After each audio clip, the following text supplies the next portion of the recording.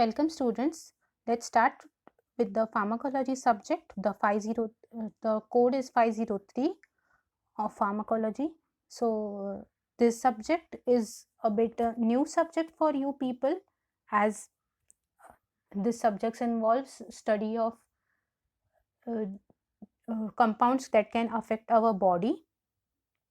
So how compounds affect our body, how is the mechanism by which a particular drug acts, is all that we are going to study here in this subject. So we have 4 units. First 3 units are dedicated to pharmacology, pharmacological topics, and rest of the last unit is about neurochemistry. So in the first unit you will have to we'll learn the general principles of pharmacology, what is how the drugs work, what is the mechanism of the action, then what are secondary messengers, then what is therapeutic index, what is potency, intrinsic activity, and drug antagonism. So let's start with the introduction about pharmacology. So pharmacology is, as I mentioned earlier also, it is a slightly different subject that you have learned uh, from the first 2 years of your degree. So pharmacology, what should you expect from pharmacology? So in pharmacology you are going to expect how the drugs are going to cause a certain biological effects because of the particular way of administration, and it also, what are the aims that why we study pharmacology? So it is giving us understanding about human physiology, be it normal or abnormal, means how our body is going to work in the normal conditions and how a body would work in diseased conditions or any disorders condition. So uh, and the next we do this with the help of biochemistry applications. Different enzymes are studied, how enzymes are going to affect our uh, particular uh, system is going to be studied with the help of experiments. And the next aim is how can we apply the particular knowledge that we have gained in clinical field, means how can we um, administer a particular newly formed drug to the people. So nowadays vaccine for corona uh, is very it is in talks a lot. So pharmacologists are one of the people who are involved in the study of this particular vaccine, that how is it going to affect our body, which particular uh, uh, systems that it can affect, what are the adverse drug reactions, everything is studied with the help of pharmacology. Sometimes you might get some allergies when you are under you have been administered some drugs. So why does that happen, what are the adverse drug reactions, etc., are studied in the subject of pharmacology. So what are we going to study? The action of the drug over time, how much time is it going to be in our body, what concentration would be there if I administer 1 gram of a particular drug, then how much of the drug would be staying in my body till half hour, 1 hour, 2 hours. So what is the half life, means how much uh, time it takes for the drug uh, to uh, if I've administered 1 gram, then your body metabolizes some of your drugs, so and it eliminates the drug. So how much time it takes for the body to eliminate the 50% of the drug, that is the half time of the drug in our body. Then what are the factors that affect your drug absorption, means sometimes we are said that we can't eat a certain food when we are taking a particular drug. So why is that said? What are the food and drug interactions that can happen? Why are we said to eat a particular food with a certain drug. That is all. So because of certain drugs and certain chemical reactions, absorption, distribution is affected in our body. So there are some of the instructions that are given by the doctors to us. So why is it given? So factors what are affecting the drug absorption. What is distribution? So distribution is all distribution involves the drug is going to pass in lot of your organs. It can pass in the liver, it can pass in the uh, muscles, in the adipose tissue. So a lot of places the drug is able to travel. So that is distribution.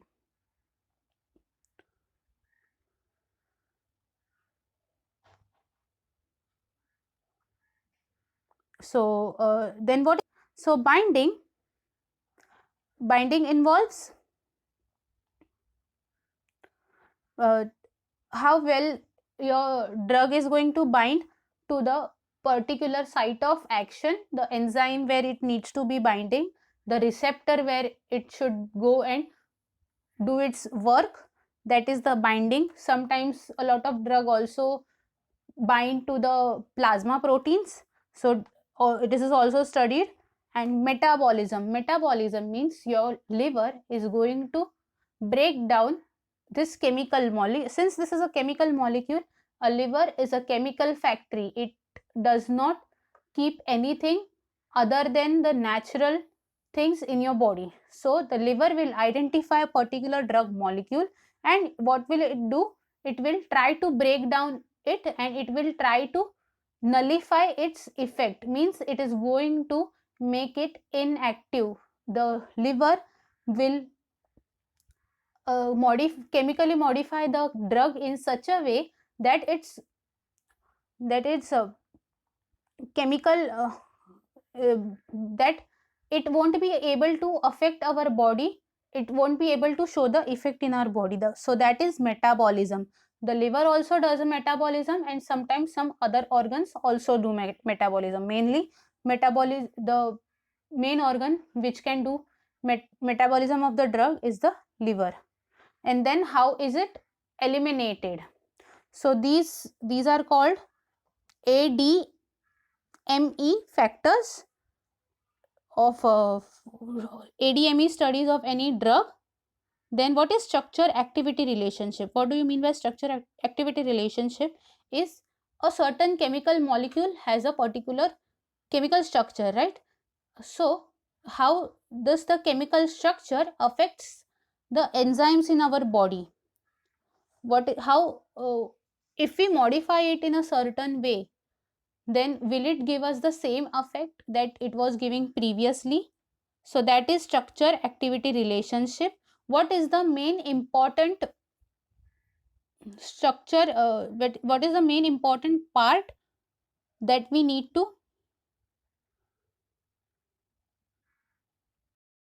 So structure activity relationship involves what is the particular part in the drug that is required, very necessary for particular action in our body. That is all in the structure activity relationship. If we change the positions of a certain functional groups, then what happens? Will it work in the same way that we are expecting it to? That is all studied in the structure activity relationship. Then what will happen if we are taking the drug in a lot? Is the tolerance? Means sometimes what happens, if we need to if the drug needs, but since you are taking it for a long duration of time, then the amount of drug that you need to that your body needs, that it can show the effect, it increases. So that is the tolerance. Then addiction. Then adverse reactions. What are adverse reactions? So adverse reactions are the simply reactions that uh, symptoms that we see after having drug, some of the drugs such as antibiotics, etc. There's a lot of nausea, headache that we can feel. So it's because it is the uh, undesired effect. Adverse reactions are the undesired effect of any drug in the body, other than the particular effect that we were looking for, the desired effect that we were looking for. Any other reaction because of the drug are the adverse drug reactions. Then what are the cases where the drug metabolism changes, etc., are all that we study. Then what is antagonism? Antagonism is agonist is a compound that will work in a particular manner of favor that you want to work with, and antagonism is the opposite of that, means it will block a particular pathway, or it is going to block a certain enzyme, it will not allow it to work. So that is antagonism. Then what happens if we take two drugs? One can affect others work, that can also be possible. So that is all studied in pharmacology. And then the process of drug interaction with cellular macromolecules, physiological functions, means how is the drug going to affect other cellular molecules in the receptors, etc., the physical the functions that can get it can affect, etc., is studied. So let's start with the unit 1, that is first topic of unit 1, that is mechanism of drug action. So this is from the chapter 2 of the books Modern Pharmacology by Stitzel, page number 10 onwards. So I have written all the page numbers before starting, during the start of the presentation also, and also here. So there's a very important concept, that is a receptor. A receptor, as the name suggests, what is it is going to do? It is going to accept something. So what particular thing is going to accept? It is the molecular receptor is going to accept a particular drug. Means, in other words, the most drugs combine with some molecular structure on the surface of the cell or within the cell, and that particular molecular structure is called a receptor. So receptor is simply any chemical is particular molecular structure within the cell. It can be in the membrane of the cell, it can be inside of your cell, but it is a molecular structure, and that is belonging to your cells, means your body only. It is synthesized and it is functioning in your body for particular functions, such as for cell signaling, for for transmitting signals, etc. Everything is done with the help of receptor. So what happens? The receptor is sitting, suppose if the receptor is sitting in the membrane of your cells, and you have provided a drug. What will the drug do? The drug will have some complementarity, or it would be such a drug would be such a chemical molecule that it matches a particular site on the receptor. So receptors are majority of the receptors are protein molecules, long protein molecules for certain functions in our body. So these receptors have a particular active site, and it has a certain conformity. So the drug is going to come and sit at that particular place. So imagine it as a lock and key mechanism. A lock would have a particular conformation in only the conformation of the particular way. The right key is going to come and sit, and only then the lock is going to open. In the same way, receptor and drug are working. So the receptors are not only drug molecules which are provided from outside, chemically synthesized drugs. Receptors also combine with our hormones, our neurotransmitters also. And these receptors are mainly the very very important and main purpose of receptors existence is to bind with the hormones or the neurotransmitters and give the response. What happens whenever a receptor is going to is getting binded to a particular hormone, neurotransmitter or a drug? It is going to bring about a chemical chain of other events. Means because of the receptor getting binded to any of the hormone, neurotransmitter or the drug, it is there is some conformation change, and that conformation change leads to changes, chemical changes in other uh, upcoming drug molecules. So this is known as response. So response involves triggers of chain of events because of the alteration of configuration or change in the charge distribution at the receptor site. So please remember this. These are the very very basic basis of pharmacology. So I hope you people have know the I hope you people know how a signal conduction in a nerve occurs. So muscle nerve to muscle fiber, how the signal conduction occurs.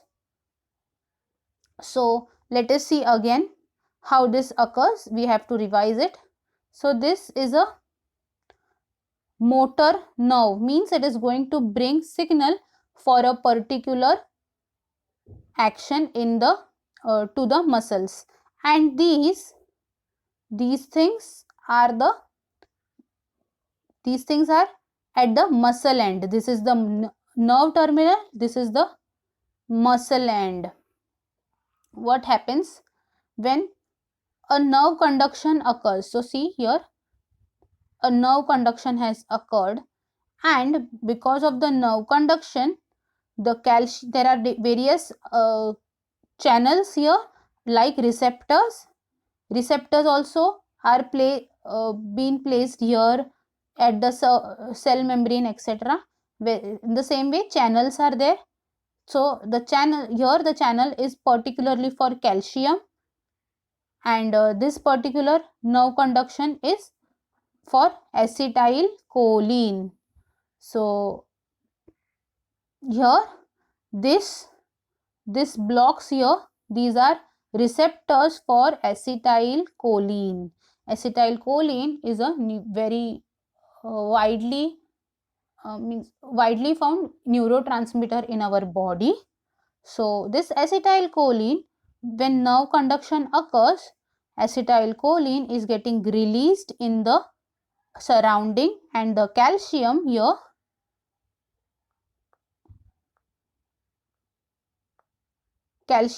is going inside of the body. So this acetylcholine, when this acetylcholine is getting released out, it is going to bind to the acetylcholine receptors, and because of this acetylcholine receptors, now this particular nerve fiber, muscle fiber is has got the message that I have to contract or I have to relax, whatever the message is. Because of the acetylcholine, this receives the particular action. It is able to carry out the particular action. The muscle is able to carry out the particular action. So you can see here the signal has transferred from the nerve terminal to here to the muscle membrane. So then question arises, what is this? These are ACHE, means these are acetylcholine esterases. These acetylcholine esterases are the enzymes that are going to break down acetylcholine. So why is it going to break down acetylcholine? So once this nerve conduction occurs, then what happens is, once this nerve conduction is occurred, then there is still some acetylcholine remaining in these vesicles. Even if your action is done, the contraction or relaxation, whatever the action was, is done. Okay, but still there is some acetylcholine sitting here in these vesicles. Then this particular acetylcholine will bind to other acetylcholine receptors and still give the action of contraction, which we don't want. So who is coming to help here? This acetylcholine esterases. This acetylcholine esterases is going to break down acetylcholine, and hence the action of acetylcholine, the nerve conduction, will be stopped. Means it won't give us again nerve contraction or the relaxation. And after that, the acetylcholine is getting absorbed in the vesicles, and this again gets reused. It is, the acetylcholine is again, the molecule is completed and joined together, and when the next nerve conduction occurs, it is going to give us the same action again. So in this way the nerve conduction occurs. So in the simple chemical reaction form, they have given us how does this occur. So the acetylcholine receptors are there, and sodium influx occurs, because that is the nerve conduction. During the nerve conduction, sodium influx occurs and the action potential is generated. So it releases the calcium molecules and hence contraction occurs. This is the very simple way how the nerve conduction is going to occur, and I think you must have done this before also. So let's go ahead. So then we come to the term agonist and antagonist. So agonist, I also have previously also I have explained you what are agonist and antagonist. So the chemical molecules that are going to interact with the receptor and initiate a cellular reaction are the agonist, while antagonist are the ones who are going to interact with the receptors and prevent the action, are known as antagonist. So for example, the chemical molecules that can mimic the action of acetylcholine are the agonist, means they are going to help in nerve conduction. And what are antagonist? So the antagonist are the chemical molecules that are going to stop the nerve conduction of acetylcholine.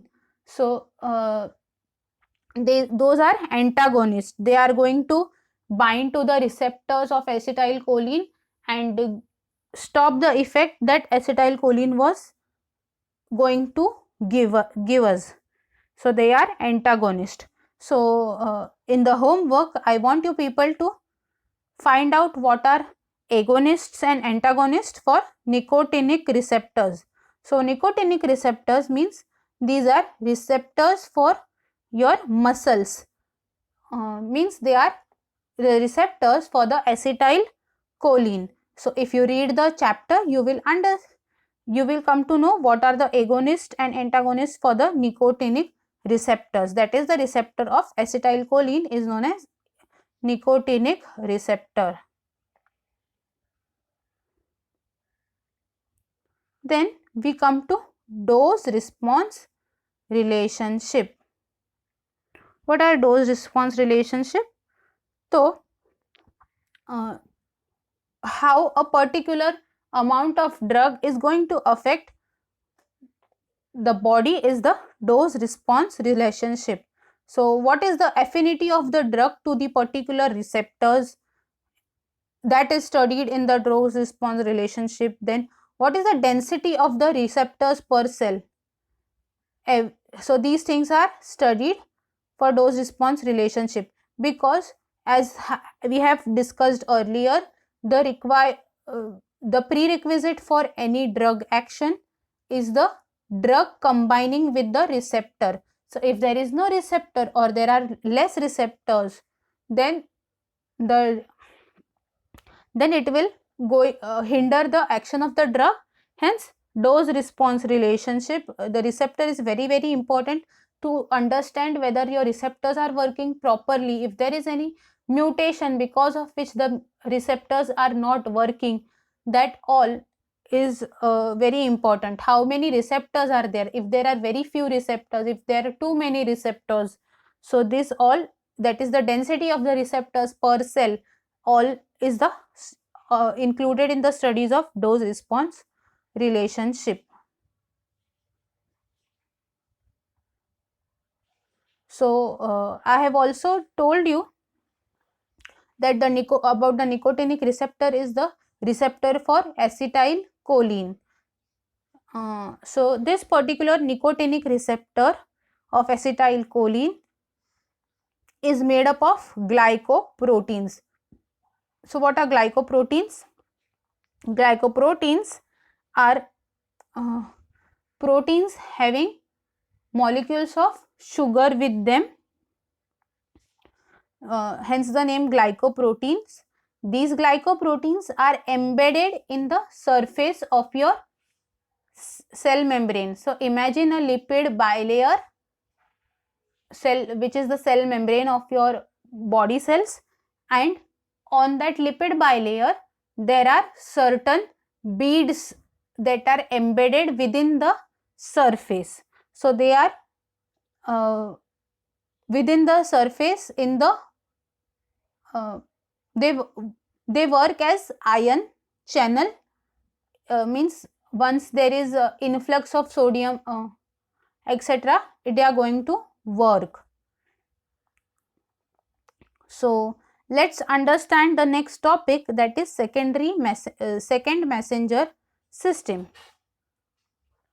So since in the starting I told you earlier that the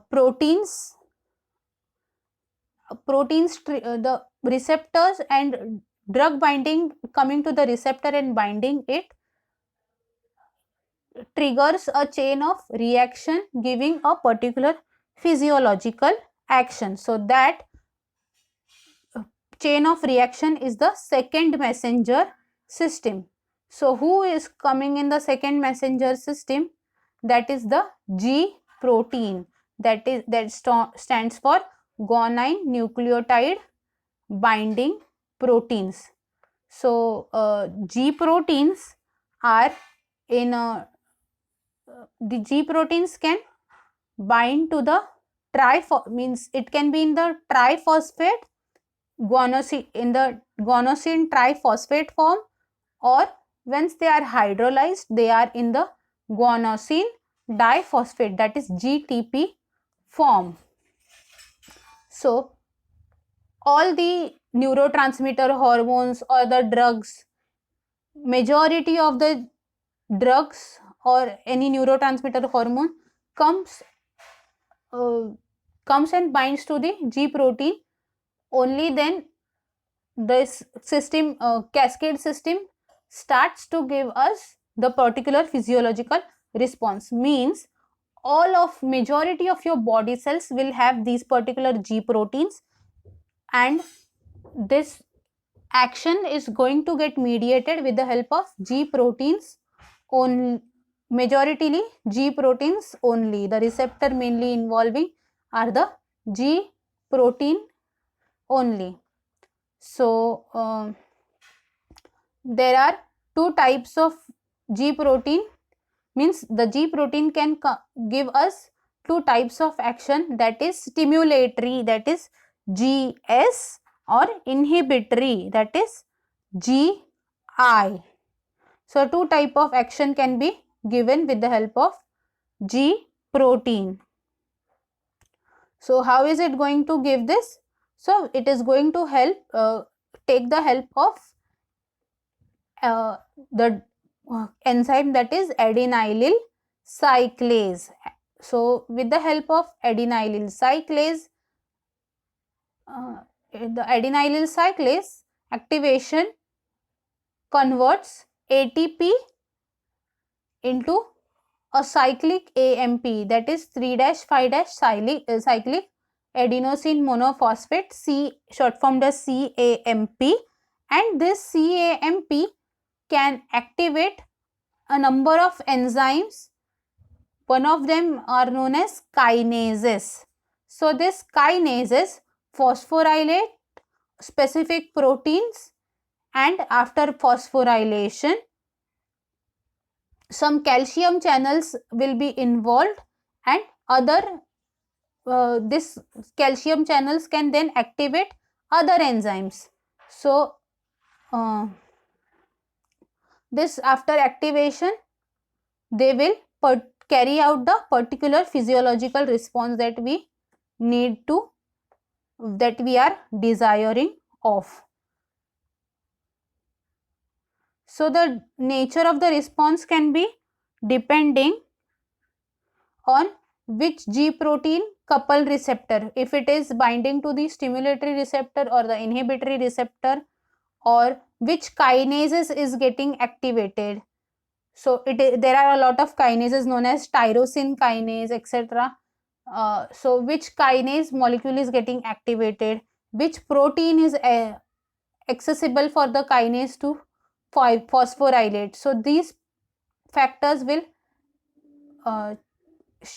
these factors will be responsible for showing a particular drug response.